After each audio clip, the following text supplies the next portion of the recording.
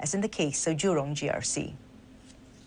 I think Singaporeans understand this, and they know that when they vote, they are not just voting for the man or the woman, they are voting for the party, the logo, the symbol, the team that MP belongs to. And I would say that this is true not only of the PAP but of the opposition parties. Elaborating on his position, Mr. Lee says his discretion on holding by-election is based on several factors. Among them, the economic situation and current priorities for the country and political considerations such as planning for political succession. He reminded the House how former Prime Minister Goh Chok Tong had called for a by-election in Marine Parade GRC in 1992, even when a vacancy did not exist. With political renewal as objective, Mr. Goh had the by-election and Mr. Teo Chee Hean entered Parliament that year. Mr. Lee says from time to time he would expect there will be a need to do so again. For Jurong GRC, there's no requirement to call a by-election at all. But I'm mindful that Jurong GRC is one MP short. If for any reason I decide to call a by-election during this Parliament, Jurong is certainly one possibility which I will consider. And if I need to do that, I can do so by getting all the MPs on the GRC team in Jurong to resign and stand again.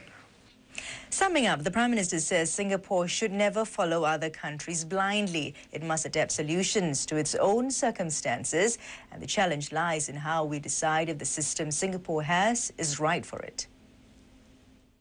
Not by comparing it with Western models or some idealized model of representative democracy. It's quite fun to quote Thomas Jefferson or Mahatma Gandhi or Solzhenitsyn. Or UN declarations. It's even more interesting to quote the chorus of the theme song of the Conference on Constitutional Democracy in Africa in the 21st century. Finally, the acid test is what works for Singapore and what improves the lives of Singaporeans. And the proposal from Professor Teo and Dr. Lu fails this test and therefore should be rejected. But the People's Action Party MPs who spoke were not the only ones to reject the motion. Nominated MP Gautam Banerjee told the House he was tempted to support it, but made a U-turn after he was convinced by the Prime Minister's reasons for rejecting it. As for opposition MP Lau Tia Kiang and non-constituency MP Sylvia Lim, they rejected the motion as the Workers' Party had never agreed with the GRC concept in the first place. With 62 votes against and 5 in favour, the motion moved by Professor Teo and Dr. Lu on holding by-elections was rejected by the House. Parliament has adjourned to a date to be fixed. Thanks for watching. Good night.